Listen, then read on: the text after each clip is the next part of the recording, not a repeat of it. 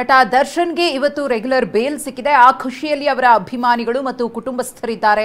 ಈ ನಡುವೆ ದರ್ಶನ್ ಅಡ್ಮಿಟ್ ಆಗಿ ಚಿಕಿತ್ಸೆಯನ್ನು ಪಡಿತಾ ಇರುವಂತಹ ಬಿಜಿಎಸ್ ಆಸ್ಪತ್ರೆಗೆ ನಟ ಧನ್ವೀರ್ ಸೇರಿದಂತೆ ಕೆಲವರು ಭೇಟಿಯನ್ನ ಕೂಡ ಕೊಡ್ತಾ ಇದ್ದಾರೆ.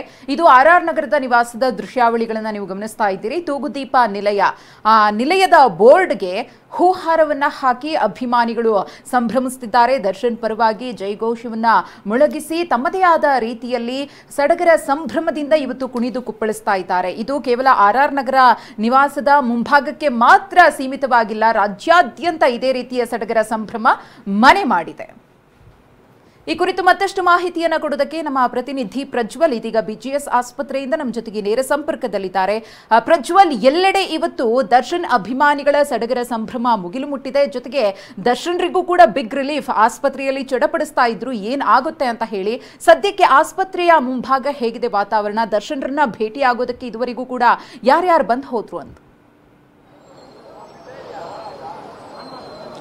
ಮಧುಶ್ರೀ, ಈಗ ದರ್ಶನ್ರನ್ನ ಭೇಟಿಯಾಗ್ಲಿಕ್ಕೆ ನಟ ಧನ್ವೀರ್ ಸೇರಿದಂತೆ ಕೆಲವರು ಅವ್ರ ಕಾರ್ನಲ್ಲಿ ಬಂದಿದ್ದಾರೆ. ಈಗಾಗಲೇ ಆಸ್ಪತ್ರೆ ಒಳಗೆ ಹೋಗಿ ಭೇಟಿ ಮಾಡುವಂತ ಪ್ರಯತ್ನವನ್ನ ಮಾಡ್ತಿದ್ದಾರೆ. ಮತ್ತೆ ಇನ್ನೊಂದ್ ಕಡೆ ಬಿಜಿಎಸ್ ಆಸ್ಪತ್ರೆ ಒಳಗಡೆ ಸಾಕಷ್ಟು ಜನ ಪೇಷಂಟ್ಸ್ಗಳು ಇದ್ದಾರೆ. ಆದ್ರೂ ಸಹಿತ ಕೆಲ ದರ್ಶನ್ನ ಅಭಿಮಾನಿಗಳು ಬಂದು ಆ ಆಸ್ಪತ್ರೆ ಮುಂಭಾಗದಲ್ಲಿ ಕಿರ್ಚಾಡುವಂಥದ್ದು, ಗಲಾಟೆ ಮಾಡುವಂಥದ್ದು ಆಗ್ತಿತ್ತು. ಇದಕ್ಕೆ ಈಗ ಸ್ಥಳೀಯ ಪೊಲೀಸರು ಆಗಮಿಸಿ ಅವರೆಲ್ಲರನ್ನು ಸಹಿತ ಅಲ್ಲಿಂದ ಅಂದ್ರೆ ಆಸ್ಪತ್ರೆ ಮುಂಭಾಗದಿಂದ ಎಲ್ಲರನ್ನ ಹೊರ ಕಳಿಸುವಂತ ಕೆಲಸ ಆಗ್ತಾ ಇದೆ. ಈ ಆಸ್ಪತ್ರೆ ಮುಂಭಾಗದಲ್ಲಿ ಈ ರೀತಿಯಾಗಿ ಮಾಡಿದ್ರೆ ಬೇರೆ ಪೇಷಂಟ್ಗಳಿಗೆ ಮತ್ತೆ ಬೇರೆ ಪೇಷಂಟ್ಗಳನ್ನ ನೋಡ್ಲಿಕ್ಕೆ ಬಂದಂತ ಸಾರ್ವಜನಿಕರು ಅವರ ಕುಟುಂಬಸ್ಥರಿಗೆ ಸಮಸ್ಯೆ ಆಗುತ್ತೆ ಅನ್ನೋ ಕಾರಣದಿಂದ ಅವರೆಲ್ಲರನ್ನು ಸಹಿತ ಇಲ್ಲಿಂದ ಹೊರ ಕಳಿಸುವಂತ ಕೆಲಸ ಆಗ್ತಾ ಇದೆ. ಈಗಾಗಲೇ ಒಂದಷ್ಟು ಕಿರಿಚಾಟಗಳು, ಕೂಗಾಟಗಳು ಇದನ್ನ ಅವರ ಅಭಿಮಾನಿಗಳು ಮಾಡಿದ್ರು. ಅದು ಈಗ ಪೊಲೀಸ್ ಅಧಿಕಾರಿಗಳು ಅದನ್ನ ತಿಳಿಗೊಳಿಸಿ ಆಸ್ಪತ್ರೆ ಬಳಿ ಯಾವುದೇ ಕಾರಣಕ್ಕೂ ಯಾರು ಕೂಡ ಸದ್ದನ್ನ ಮಾಡಬಾರದು, ಮತ್ತೆ ನಾಯ್ಸ್ ಪೊಲ್ಯೂಷನ್ ಮಾಡೋದ್ರಿಂದ ಮತ್ತೆ ಅನಾವಶ್ಯಕವಾಗಿ ಕರ್ಕಶವಾಗಿ ಸದ್ದನ್ನ ಮಾಡೋದ್ರಿಂದ ಒಳಗಿರುವಂತ ಪೇಷಂಟ್ಗಳಿಗೆ ಮತ್ತೆ ಆಸ್ಪತ್ರೆಯಲ್ಲಿ ಕೆಲಸ ಮಾಡುವಂತ ವೈದ್ಯರುಗಳಿಗೆ ಸಮಸ್ಯೆ ಆಗುತ್ತೆ ಅಂತೇಳಿ ಈಗ ಎಲ್ಲರನ್ನೂ ಕ್ಲಿಯರ್ ಮಾಡುವಂತ ಕೆಲಸ ಆಗ್ತದೆ. ಮತ್ತೆ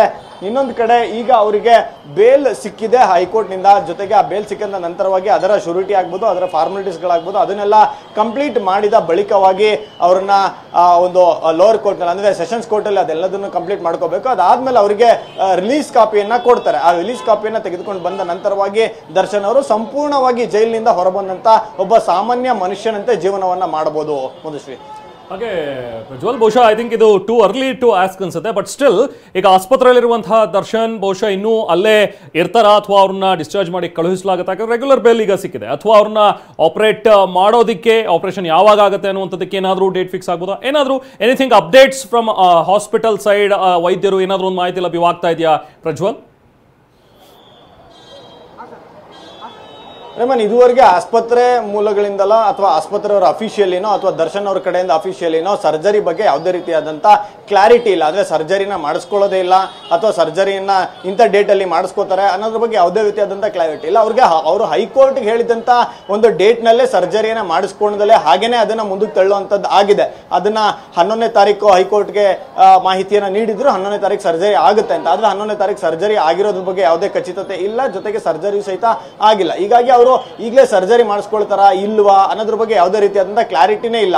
ಮತ್ತೆ ಆಸ್ಪತ್ರೆ ಮೂಲಗಳು ಸಹಿತ ಯಾವುದೇ ರೀತಿಯಾದಂತಹ ಕ್ಲಾರಿಟಿ ಇಲ್ಲ. ಮತ್ತೆ ಈಗ ಅವರ ಸಂಪೂರ್ಣವಾದಂತ ಅವರ ನಿರ್ಧಾರಗಳಷ್ಟೇನೆ. ಅದು ಸರ್ಜರಿ ಮಾಡಿಸ್ಕೋತಾರ ಇಲ್ವಾ ಅದೆಲ್ಲದು ಈಗ ಅವ್ರಿಗೆ ಬಿಟ್ಟಂತದ್ದು. ಯಾಕಂದ್ರೆ ನ್ಯಾಯಾಲಯಕ್ಕೆ ಅವರು ಮಾಹಿತಿ ನೀಡುವ ಅವಶ್ಯಕತೆಯೂ ಇಲ್ಲ ಅನ್ನೋ ರೀತಿಯಲ್ಲಿ ಸದ್ಯಕ್ಕಿರುವಂತಹ ಪರಿಸ್ಥಿತಿ. ಆದ್ರೆ ಪೊಲೀಸರು ಇದೊಂದು ಗ್ರೌಂಡ್ ನ ಸುಪ್ರೀಂ ಕೋರ್ಟ್ ಹೋದಂತ ಸಂದರ್ಭದಲ್ಲಿ ನ್ಯಾಯಾಲಯಕ್ಕೆ ಈ ರೀತಿಯಾದಂತಹ ಒಂದು ಮಾಹಿತಿಯನ್ನ ಕೊಟ್ಟಿದ್ರು. ಇದನ್ನ ತಪ್ಪಾಗಿ ಮಾಹಿತಿಯನ್ನ ಕೊಟ್ಟಿದ್ದಾರೆ ನ್ಯಾಯಾಲಯಕ್ಕೆ ಅನ್ನೋ ರೀತಿಯಲ್ಲಿ ಏನಾದ್ರು ಸಜೆಸ್ಟ್ ಮಾಡಬಹುದು. ಅಂದ್ರೆ ನ್ಯಾಯಾಲಯಕ್ಕೆ ಮನವರಿಕೆ ಮಾಡುವಂತ ಕೆಲಸವನ್ನ ಮಾಡುವಂತ ಸಾಧ್ಯತೆಗಳು ಇರುತ್ತೆ. ಅದ್ ಬಿಟ್ರೆ ಬೇರೆ ಏನಿಲ್ಲ.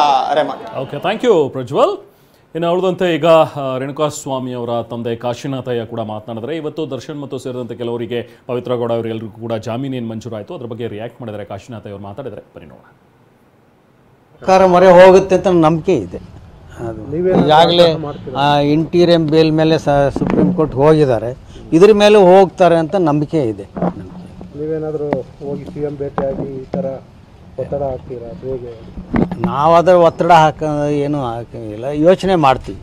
ನಾವು ಈ ತಕ್ಷಣ ಏನು ಹೇಳೋಕ್ಕಾಗೋದಿಲ್ಲ, ನಾವು ಯೋಚನೆ ಮಾಡಿ ಮುಂದಕ್ಕೆ ಇಲ್ಲ ಅದ್ರ ಬಗ್ಗೆ ಯೋಚನೆ ಮಾಡ್ತೀವಿ. ನಮ್ಮೆಲ್ಲ ಹಿರಿಯರಿದ್ದಾರೆ, ನಮಗೆ ಬೇಕಾದಷ್ಟು ಆತ್ಮೀಯರಿದ್ದಾರೆ, ಅವ್ರ ಹತ್ರ ಚರ್ಚೆ ಮಾಡಿ ಏನು ಮಾಡ್ಬೇಕಂತ ತೀರ್ಮಾನ ಮಾಡ್ತೀವಿ. ನಾನು ವೈಯಕ್ತಿಕವಾಗಿ ನನಗೆ ಅಷ್ಟು ಮಾಹಿತಿ ಇಲ್ಲ, ನನಗೆ ಗೊತ್ತಾಗೋದಿಲ್ಲ. ನಮ್ಮ ಹಿತೈಷಿಗಳಿದ್ದಾರೆ, ಅವರೆಲ್ಲ ಸಜೆಷನ್ ಕೊಡ್ತಾರೆ. ಆ ಸಿಚುವೇಶನ್ ಮೇಲೆ ನಾವು ಮುಂದುವರಿತೀವಿ. ನಾವು ಅದನ್ನು ಯೋಚನೆ ಮಾಡಿಲ್ಲ, ಯೋಚನೆ ಮಾಡಿ ಮುಂದೆ ಹೇಳ್ತೀವಿ. ನಾವು ಅದನ್ನು ಇಲ್ಲಿವರೆಗೂ ಅದ್ರ ಬಗ್ಗೆ ಯಾವುದೂ ನಾವು ಇದು ಮಾಡೋಕ್ಕೆ ಹೋಗಿಲ್ಲ. ನಮಗೆ ಅವರು ಮಾತಾಡೋಂಥದ್ದು ಏನೂ ಇಲ್ಲ. ಯಾಕಂದ್ರೆ ನಾವು ಮಗನ ಕಳ್ಕೊಂಡು ಇದರಲ್ಲಿ ಇದ್ದೀವಿ. ನಮಗೆ ಮಗನ ಬೇಕೇ ವಿನಃ ನಮಗೆ ಯಾರು ಅದರಿಂದ ಮಾತುಕತೆ ಅದು ಅವಶ್ಯಕತೆ ಇಲ್ಲ. ಅದು ಏನು ಅದಕ್ಕೂ ನಾವು ಏನೋ ಇದಕ್ಕೆ ಇಲ್ಲ, ಅದಕ್ಕೆ ಸಂಬಂಧ ಇಲ್ಲ. ನಾವು ಕಾನೂನು ಬಗ್ಗೆ ನಾವು ನಂಬಿಕೆ ಅಂತ ಅಷ್ಟಂತೂ ಹೇಳ್ಬಲ್ಲಿ. ಇದಕ್ಕೂ ಮುನ್ನ ಯಾರಾದರೂ ನಿಮ್ಮನ್ನು ಸಂಪರ್ಕ ಮಾಡಿದ್ರಾ ಈ ಥರ? ಯಾರು ನಮ್ಗೆ ಇಲ್ಲಿವರೆಗೆ ಮಾಡಿಲ್ಲ, ಮಾಡೋಕ್ಕೆ ಅವಕಾಶ ಇಲ್ಲ, ನಾವು ಮಾಡೋಕ್ಕೆ ಇದು ಮಾಡಿಲ್ಲ. ನಾವು ಯಾರನ್ನ ಹತ್ರನೂ ನಾವು ಯಾರು ಸಂಪರ್ಕ ಮಾಡೋಕ್ಕೆ ನಮಗೆ ಇದು ಮಾಡಿಲ್ಲ, ಅವಕಾಶ ಇಲ್ಲ. ನಾವು ಅದನ್ನೇ